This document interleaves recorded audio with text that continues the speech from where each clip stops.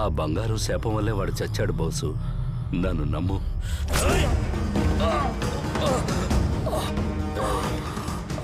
సహాయం కోరేవని నా స్నేహితుడిని పంపించాను రా.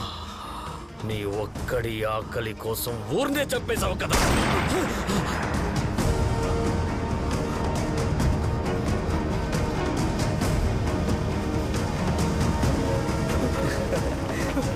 వీడేంటి ఇక్కడ? రండ్రా వెళ్ళి చూద్దాం. పైగా రావద్దని చెప్పారు కదా.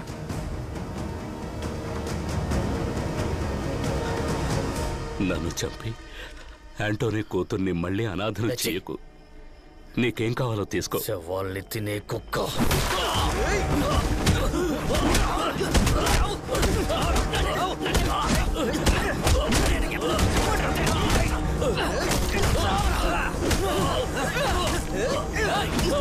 మనోళ్ళు చనిపోయింది సముద్ర జలకలు పట్టడానికి వెళ్ళి కాదు. మన అందరం నమ్మిన ఒకటి అత్యాస వల్లే ఇది జరిగింది. వీడి అత్యాస ఇందుకు కారణం. కొట్టి చంపండి.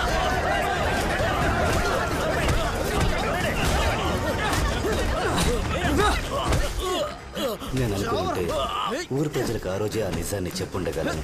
కానీ పోసైకైనట్టు మెర్లిన్కి నాకేదైనా అవుతుందన్న భయంతో దాచాను. ప్రాణాలతో ఉండాలని లేదా?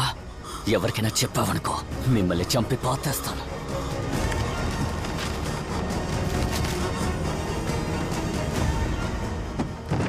భయంతో దాచిన నిజాన్ని ఎక్కడ చెప్పకుండానే పోతానని నేను రాసిపెట్టాను.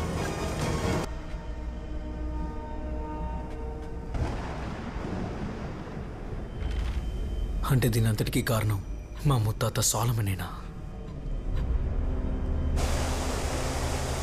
బోసు మంచోడు, అనాథగా చచ్చిపోయాడు. వాడు ఆత్మ ఊరికే వదులుతుందా?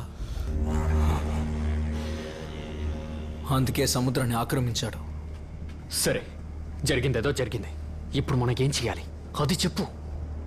ఇంతసేపు మన ప్రాణాలతో ఉన్నదే అద్భుతం. అదేం కాదు, వీటి వెనకేదో నిజం, ఏదో కారణం ఉంది. అదే ఏమిటో తెలియడం లేదు.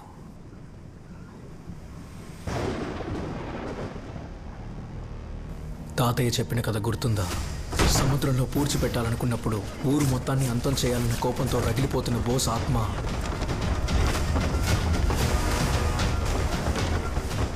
మెర్లిన్ తన చేత్తో బోస్ శవపేటికని తాకినప్పుడు శాంతించింది.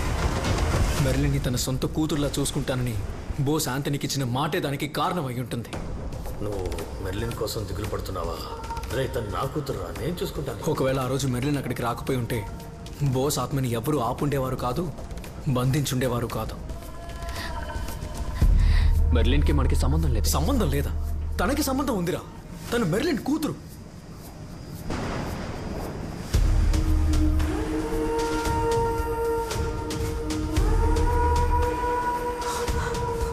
మనకేమీ కాదు కదా. రోజ్ మనతో ఉన్నంత వరకు ఏం కాదు. సరే, ఇప్పుడు మనల్ని ఏం చేయలేదు. కానీ ఇదే బోట్లోనే కదా అలెక్స్ ఉన్నాడు. వచ్చినవన్నీ పిచ్చి పట్టినట్టు వాడిని మాత్రం ఎందుకు చంపే? నీకు అర్థం కాలేదా? వాడు థామస్ మనిషి. సముద్రం వల్లన్న పేరుతో ఆడపిల్లల్ని చంపేశారు. ఇదంతా థామస్ కోసమే చేశారు. అలాంటప్పుడు వీళ్ళని చంపకుండా ఏం చేస్తుంది? ఇప్పుడు మనకి ఏం చేయాలో చెప్పు. మనం ముందు వెళ్ళిపోదాం. ఏదైనా సమస్య వస్తే ఎర్రగా వీళ్ళని కట్టేద్దాం. నేను తీసుకుంటాను. అంతం చేయలేరని కదరా సముద్రపు సమాధి చేశారు. ఇప్పుడు ఆ శవాన్ని ఏం చేయబోతున్నాం? ఆ శవాన్ని కాల్చకూడదు, అలానే పూడ్చిపెట్టకూడదు, నీళ్ళలోనూ ఉంచకూడదు, నేల మీద ఉంచకూడదు. మరి నీళ్ళకి నేలకి మధ్యలో అంటే దీవి. రే, దీవిరా, దీవి. అదంతా సరే, ఇంత పెద్ద సముద్రంలో ఆ శవాన్ని ఎక్కడ వెతుకుతాం? అయిపోయింది, మన పని అయిపోయింది. పోండి. వలలో సిక్కుకున్న చేపలాగా సావలేక బతకలేకపోతున్నాం.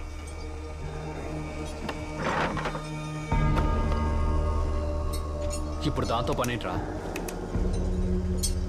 ఒకసారి చూడండి, చుట్టూ ఒక్క చేప కూడా లేదు. కోపం, ద్వేషం లాంటివి లేని మంచి మనిషిని మనం సముద్రంలో పూడ్చిపెడితే ఆనవాయితీ ప్రకారం సముద్రంలో ఉన్న చేపలని మర్యాద చేయడానికి గుమ్ముగూడతాయి. అదే ఒక చెడ్డవాడిని మనం పంపితే సముద్రంలో ఉన్న ఏ ఒక్క ప్రాణి కూడా దగ్గరికి రాదు. బోస్ మంచోడే కదరా.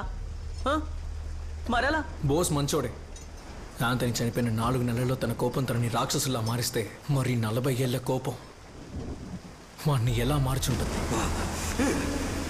నాకు తెలిసి బోస్ శవపెట్టికి ఇక్కడే ఎక్కడో ఉంటుంది. కరెక్టో తప్పు నేనాడే ఆఖరి ఆట. ఏమైంది? ఏమైందిరా? పంచేయట్లేదురా. ఏదో ఒకటి చేయరా.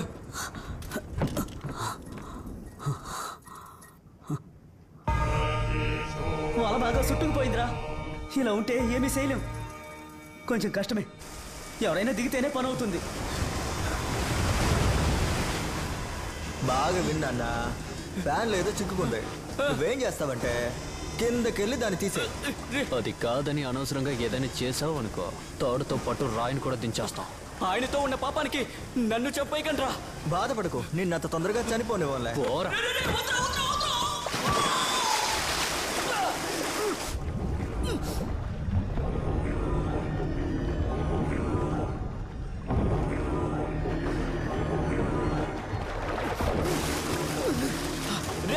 వల బాగా చిక్కుకుంది. వదిలేని కత్తుంటే ఇవ్వట్రా.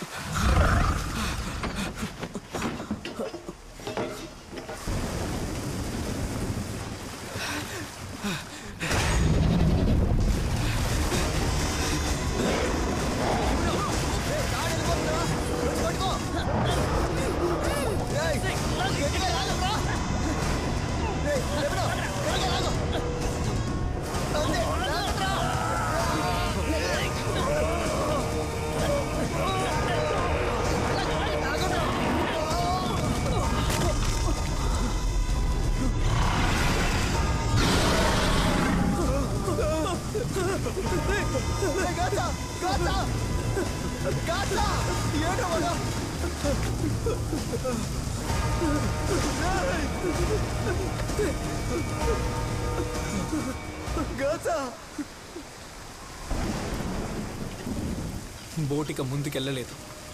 నేను నిర్ణయించుకున్నాను, ఇక్కడే దూకేస్తాను.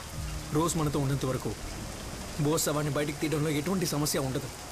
ఏం జరిగినా మీరు కలిసే ఉండాలి. సముద్రంలోకి వెళ్ళిన వాడికి ఏమైందో చూసావుగా, నువ్వు కూడా వెళ్తానంటావు అంటే అర్థం ఏంట్రా? మనకు వేరే దారి లేదు. ఊర్లో జనం రేపు పుట్టబోయే బిడ్డే నిన్ను బలి తీసుకున్నాడని చెప్పకూడదు. భయపడితే ముందుకెళ్ళలేవురా.